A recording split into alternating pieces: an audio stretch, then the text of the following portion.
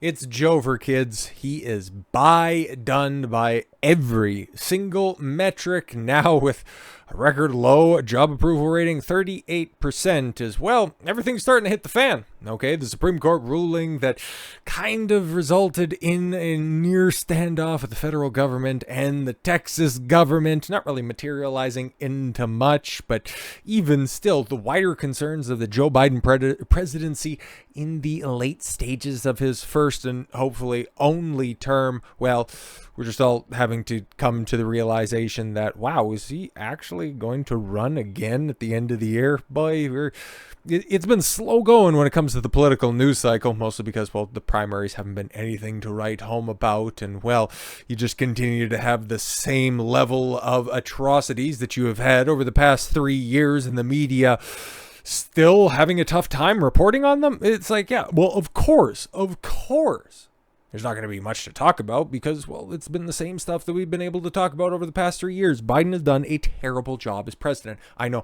more at 11. But when? When are people going to eventually wake up to these shenanigans? President Joe Biden's approval rating declined in January as Americans worried about the economy and immigration.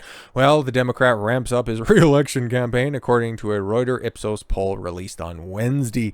38% of poll respondents said they approved of Biden's performance as president, down from 40% in December. The public approval rating has held below 50% since August of 2021. That is wild. But yet that's not front page news the same way that, oh my God, nobody likes Trump. Trump is terrible. He's awful. Stirring concerns among his fellow Democrats as he faces an expected election rematch.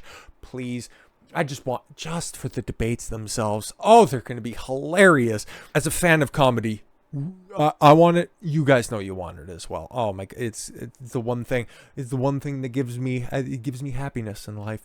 Republican former President Donald Trump in November, a separate Reuters Ipsos poll earlier this month showed Trump with a 6 percentage point lead in that matchup. Yep, you're not exclusive to find those results. Reuters. Guess what? Across the board, it's tough, and especially now that the government is starting to wake up to the fact that, geez, Joe Biden isn't really doing much, and now it kind of falls into our lap as senators unveil bipartisan bill to impose tougher asylum and border laws. The $118 billion package, of course, you could just go ahead and throw that money around. Sorry, Ukraine. In the results of months of negotiations between Senate Republicans and Democrats, as well as Biden administration, it's not clear if it will pass Congress. It'll be tough. This is just breaking, at least at time of reporting. Senators released the long-awaited text of the bipartisan agreement to impose tougher immigration and asylum laws on Sunday, as Senate Majority Leader Chuck Schumer eyes votes on the package this week. The $118 billion package includes a series of provisions aimed at reducing record-high crossings at the southern border. How much money is going to be afforded and put towards razor wire? I'm just wondering. And tightening an asylum system that has been overwhelmed by migrants fleeing their homes in the past few years. It also includes critical aid to Israel, Ukraine, and Taiwan. Of course it does. Of course it does, which Republicans have said they'll only support if paired with significant new U.S. immigration restrictions. Disgusting. The agreement reached by, and I thought is it going to pass Congress because Mike Johnson, no new aid for Ukraine. Let's see how quickly he folds on that one, that hack. Senators James Lankford, yes, Republican from Oklahoma, Chris Murphy from, yes, Connecticut, Kirsten Sinema, I'm an independent, and you're going to lose your seat to Kerry Lake, hopefully, God willing, would be the most aggressive border security and migration overhaul bill in decades if it passes. It would raise the standard to get asylum, thank God, send away those who don't qualify. Music to my ears. And expedite cases for those who do. Well, that's not great. The Senate's bipartisan agreement is a monumental step towards strengthening America's national security abroad and along our borders. Now that it's starting to affect places like Chuck Schumer's beloved New York and Chicago, with Brandon Jacobs losing his goddamn mind on a nearly hourly basis. Oh, we're a sanctuary city, until that sanctuary provision gets put into place. It's like, hey, we didn't actually want that. We didn't think that those brown people would get that far up here. We have enough problem with brown people on the south side. But it's good, man, because I thought this also speaks very, very poorly about who's supposed to be the border czar.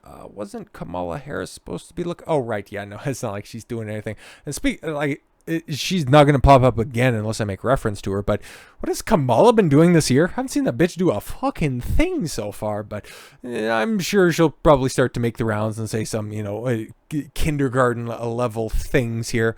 Now that she's going to have an obvious opponent sooner rather than later. And to be fair, it's like Trump, just pick Vivek, okay? Just really throw a spanner into the works. Really drive those people insane, because I don't like the people that you're floating for VPs, okay? Even though it's not something that I wasn't anticipating, but Kristi Noem's Wherever the Wind Blows, she's basically female Ron DeSantis with a little bit more palatable of a speaking cadence, but with all of the foibles there within. And then a black Mike Pence and Tim Scott.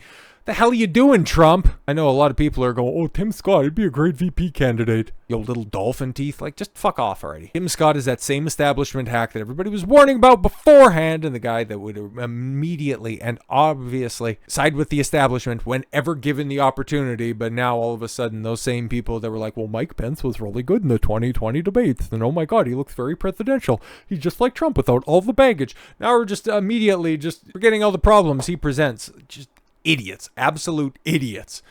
Donald Trump said that South Dakota Governor Kristi Noem, she's very attractive. A lot of people say she's very attractive, but that's not the reason that I pick her. No, just one of them, though. And Senators Tim Scott are on the short list of his running mate in a 2024 general election. He also dispelled rumors that he's considering Robert F. Kennedy Jr. as vice presidential nominee. Yeah, when was the last time we heard from that Israel simping hack? It's been a second. Presidential nominee, yes, and said his team never reached out to the independent candidates. Speaking with Fox News host Maria Bartiromo, Trump said that he wouldn't announce who he plans to run with in 2024 ticket for a while. It's going to be a minute. We have to secure the nomination, even though, everybody tells me that it's a sure thing. But we have our eyes on South Carolina. It's coming very, very soon. Very soon, folks. We're going to be able to put Bird Brain and Nikki Haley to bed. She'll be able to go back to those defense contractor positions, or maybe she'll be able to go right back to that Saturday Night Live. Very unfunny. Hasn't been funny in a long time. She could go back.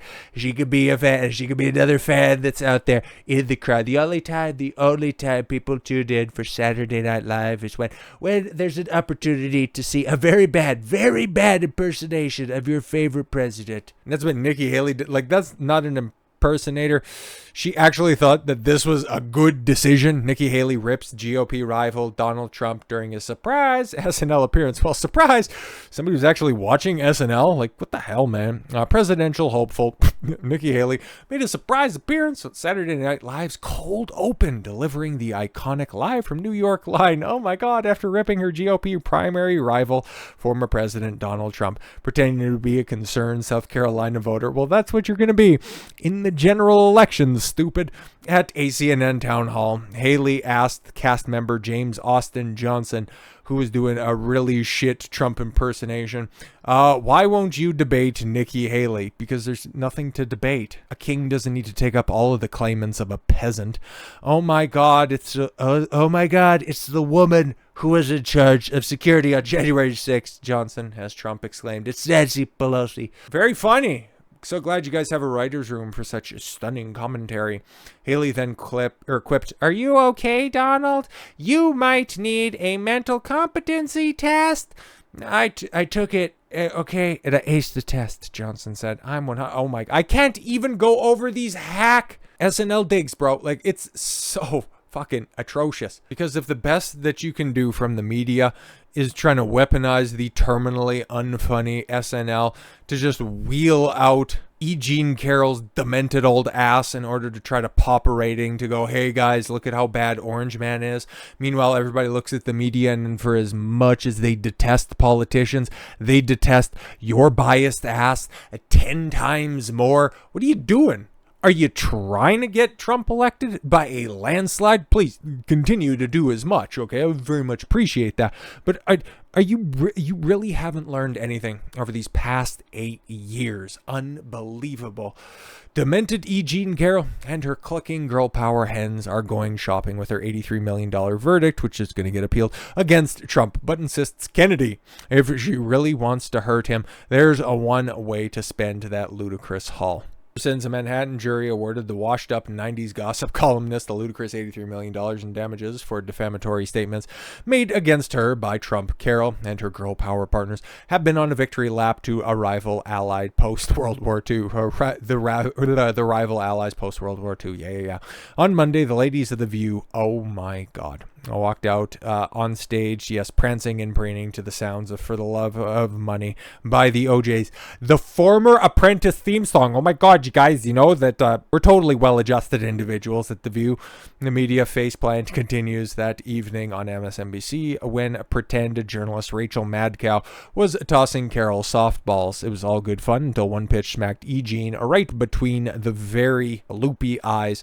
Maddow asked Carrol how to spend her tens of millions to shore up women's rights. Jean lit up. Yes, Rachel. Yes. First thing, Rachel, you and I are going to go shopping. The hell is wrong with you? We're going to get completely new wardrobes, new shoes, motorcycles like Crowley, and new fishing rods for Robbie. Yes, it's going to be great. And let me just go ahead and allow you to relive the awkwardness that Anderson Cooper got to experience all those months ago. Rachel, what do you want? A penthouse? It's yours. Maddow struggling with her own schadenfreude and recognition of how cringingly bad this all sounded, squeaked nothing through her clenched teeth. Not one to read the room. Carrol carried on with her demented joy. You want France? You want to go fishing in France? I know that you like things that smell like fish. Would you like to go to France? Carrol's lawyer, squirming in her seat, realized the unfolding ignominy. Added, that's a joke. Maddow, if me fishing in France could do something for women's rights, I obviously take one for the team. Hardy, har. But yeah, no, that is what the media is trying to wheel out. Even Rachel Maddow, in her beleaguered attempt to really paint Donald Trump as just being this detriment.